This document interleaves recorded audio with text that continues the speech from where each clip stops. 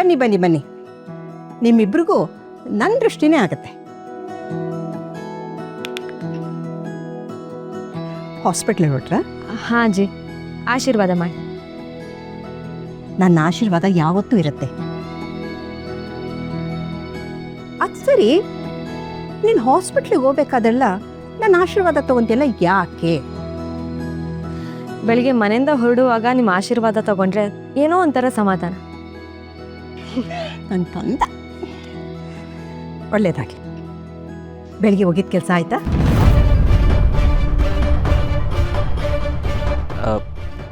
ಯಾವ ಕೆಲಸದ ಬಗ್ಗೆ ಕೇಳ್ತಿದ್ಯಾ ಬಂಗಾರಿ? ಸಂಜು ಆಸ್ತಿಲಿ ಭಾಗ ಕೇಳ್ದಾಗಿಂದ ನಿನ್ನ ಮುಖದಲ್ಲಿ ಕಳೆನೇ ಇಲ್ಲ. ಅದಕ್ಕೆ ಬೆಳಿಗ್ಗೆ ಎಳ್ದ ಕೂಡಲೇ ಲಾಯರ್ನ ನೋಡೋಕೋಗಿದ್ದೆ ಅಲ್ವಾ?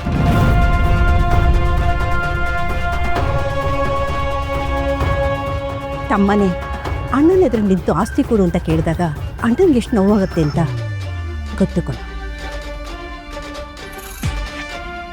ಅದಕ್ಕೆ ಏನು ಪರಿಹಾರ ಕೊಡ್ಬೋದು ಅಂತ ಕೇಳಕ್ಕೆ ಹೋಗಿದ್ದೆ ಅಲ್ವಾ? ಬಂಗಾರಿ, ವಿಷಯ ನೀನು ಅನ್ಕೊಂಡಿರೋ ಹಾಗಿಲ್ಲ. ನೀನೇನು ಅಂತ ನನಗೆ ಚೆನ್ನಾಗಿ ಗೊತ್ತು. ನೋಡು, ಈ ಮನೇಲಿ ಯಾರೇ ಬಂದು ಎಷ್ಟೇ ಕೂಗಾಡಿದ್ರು ನೀನು ಬೆವರು ಸುತ್ತಿ ಕಳಿಸಿರೋ ಆಸ್ತಿನ ಯಾಕೂ ನೀನು ಕೊಡಬೇಕಾಗಿಲ್ಲ. ನಾನು ಉಸಿರೇರೋವರೆಗೂ ನಿಮ್ಮ ತಾತನ ಆಸ್ತಿನ ನೀನು ಯಾರು ಕೊಡೋಕ್ಕೂ ನಾನು ಬಿಡೋದಿಲ್ಲ. ನಾನು ಸತ್ತ ಮೇಲೆ ನಿಮ್ಮ ತಾತನ ಹತ್ರ ಹೋಗಿ ನಾನು ತುಂಬ ಹೇಳೋದಿದೆ.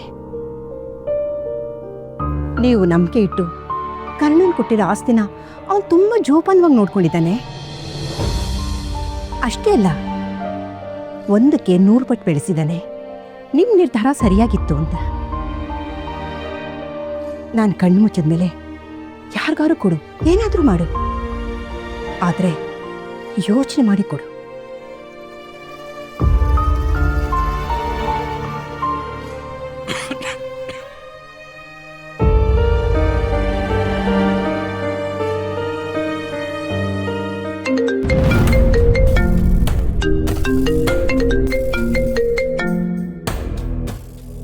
ನೀವು ಆರಾಮಾಗಿ ನೀರು ಕುಡಿತಾ ಹಾಗೆ ಮಾತಾಡಿ. ಹಲೋ ಕರ್ಣ ಸರ್, ನೀವು ಬಿಡದಿ ಹತ್ರ ಇರೋ ಜಾಗನ ಅಡ ಇಡಬೇಕು, ದುಡ್ಡು ಬೇಕು ಅಂತಿದ್ರಲ್ಲ, ಸಾಲ ಕೊಡೋ ಪಾರ್ಟಿ ಹತ್ರ ಮಾತಾಡಿದೀನಿ. 15 ಕೋಟಿ ಕೊಡೋಕೆ ಒಪ್ಕೊಂಡಿದ್ದಾರೆ. ನೀವು ಓಕೆ ಅಂದ್ರೆ ಕೂಡಲೇ ಮೀಟಿಂಗ್ ಫಿಕ್ಸ್ ಮಾಡ್ತೀನಿ. ತಗೊಳ್ಳಿ sir. Sorry, I will call you back 5 minutes. ಯಾಕೋ ಕಟ್ ಮಾಡಿದೆ? ಬಂಗಾರಿ, ಅದೇನಂದರೆ, ನೀನು ಯಾಕೆ ಟೆನ್ಷನ್ ಮಾಡ್ಕೋತೀಯ? ತಾತನ ಆಸ್ತಿನ ಉಳಿಸ್ಕೊಂಡು ಬೇರೆ ಆಸ್ತಿನೂ ಮಾಡಿದ್ಯಲ್ಲ, ಅದೇ ನನಗೆ ಸಂತೋಷ. ನೀನು ಅನ್ಕೊಂಡಾಗಲ್ಲ ಬಂಗಾರಿ. ಈ ಪ್ರಾಪರ್ಟಿ ನಾನು ತಗೊಂಡಿದ್ದೆ ಮನೆಯವ್ರಿಗೋಸ್ಕರ. ನನ್ನ ಹೆಸರಿರೋ ಆಸ್ತಿನ ಡೈರೆಕ್ಟಾಗಿ ಮನೆಯವ್ರಿಗೆ ಹಂಚೋಕ್ಕೆ ಕಾನೂನಲ್ಲಿ ಸಮಸ್ಯೆ ಇದೆ. ಅದಕ್ಕೆ ಬೇರೆ ಪ್ರಾಪರ್ಟಿ ಮಾಡಿದೆ.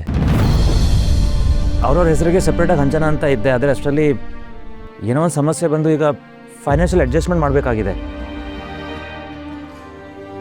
ಅದಕ್ಕೆ ಈ ಜಾಗ ಅಡ ಇಟ್ಟು ದುಡ್ಡು ತಗೋತಾ ಇದ್ದೀನಿ. ಡಾರ್ಲಿಂಗ್, ನೀನು ಯಾವತ್ತೂ ತಪ್ಪದಾರಿಗೆ ಇಳಿಯಲ್ಲ ಅಂತ ನನಗೆ ಗೊತ್ತು ಅಲ್ವೋ? ಅದ್ಯಾಕೆ ಎಲ್ರ ಹೊರೆನೂ ನಿನ್ನ ತಲೆ ಮೇಲೆ ಇಟ್ಕೊಂಡು ಒದ್ದಾಡ್ತಿದ್ಯಾ? ಸಂಪಾದನೆ ಮಾಡೋದು ಎಷ್ಟು ಕಷ್ಟ ಇದೆ ಅಂತ ಇವ್ರಿಗೆ ಯಾರಿಗೂ ಗೊತ್ತಿಲ್ಲ. ಬೇವು ಸುರಿಸ್ತಲೇ ಇದ್ರೆ ಬದುಕಿನ ಬೆಲೆ ಅರ್ಥ ಆಗಲ್ಲ. ಎಲ್ಲರೂ ನಿನ್ನ ರಕ್ತ ಹೇರಿ ನಿನ್ನ ಕಿತ್ತು ತಿಂತಾ ಇದ್ದಾರೆ. ಯಾರಿಗೆ ಎಷ್ಟು ಕೊಡಬೇಕು, ಯಾರನ್ನ ಎಲ್ಲಿಡಬೇಕು ಅಂತ ನೀನೇ ಯೋಚನೆ ಮಾಡು. ಇಷ್ಟು ದಿನ ನೀನು ಒಬ್ಬನೇ ಇದ್ದೆ, ಆದರೆ ಈಗ ನಿನ್ನ ಜೊತೆ ಹಗಲು ರಾತ್ರಿ ಕಷ್ಟಪಟ್ಟು ದುಡಿಯೋಕ್ಕೆ ನಿನ್ನ ಜೊತೆ ನಿನ್ನ ಹೆಂಡ್ತಿ ಇದ್ದಾಳೆ. ನೀನು ಕಷ್ಟಪಡು, ನಾನು ಬೇಡ ಅನ್ನಲ್ಲ. ಆದರೆ ಕೊಡಬೇಕಾದ್ರೆ ಯೋಚನೆ ಮಾಡು ಅಂತ ಹೇಳ್ತಿದ್ದೀನಿ. ಅಪಾತ್ರದಾನ ಆಗಬಾರ್ದಲ್ವಾ? ನೀವಿಬ್ರು ಚೆನ್ನಾಗಿರೋದೆ ನನ್ನ ಮುಖ್ಯ ಕಣೋ. ಬಂಗಾರಿ,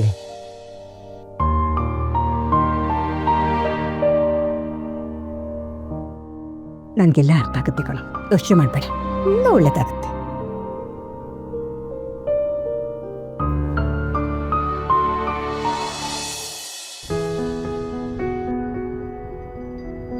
ನಿಧಿ ಹತ್ರ ಏನಾಗ್ತಿದೆ ಅಂತ ಸತ್ಯ ಹೇಳಬೇಕು.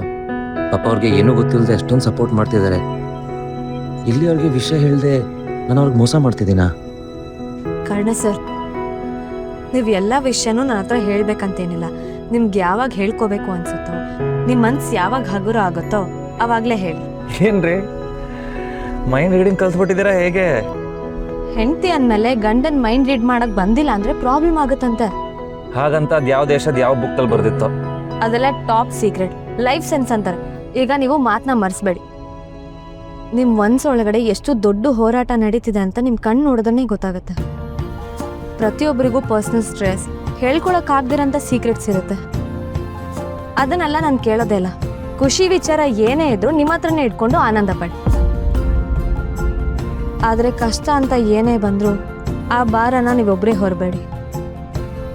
ಯಾಕಂದರೆ ಕಷ್ಟನ ಒಬ್ಬರೇ ಅನುಭವಿಸಿದ್ರೆ ಒಂಟಿತನ ಕಾಡುತ್ತೆ.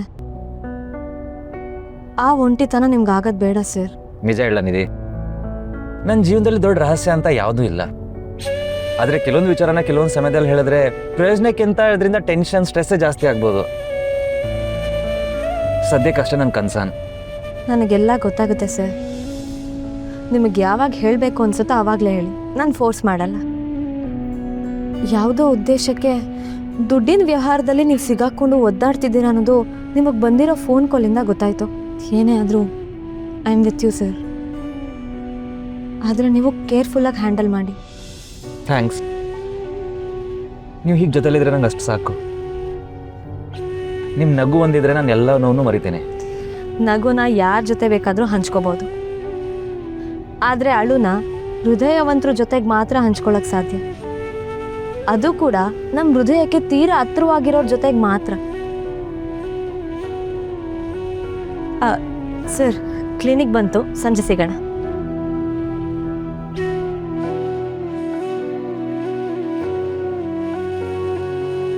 ಬಾಯ್, ಟೇಕ್ ಕೇರ್. ಕರ್ಣ ಸರ್, ಅಜ್ಜಿ ಹೇಳಿರೋ ಮಾತನ್ನ ಮರಿಬೇಡಿ.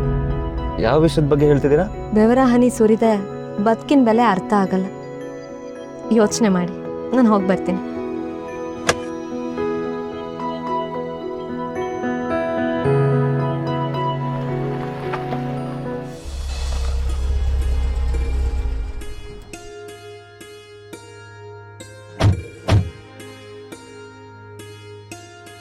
ಇಲ್ಲಿ ಯಾಕೆ ಕರ್ಕೊಂಡು ಬಂದ್ರಿ? ಇದೇನಾ ನೀವು ಹೇಳಿ ಸರ್ಪ್ರೈಸು? Of course not. ಒಂದು ನಿಮಿಷ ಬಂದೆ.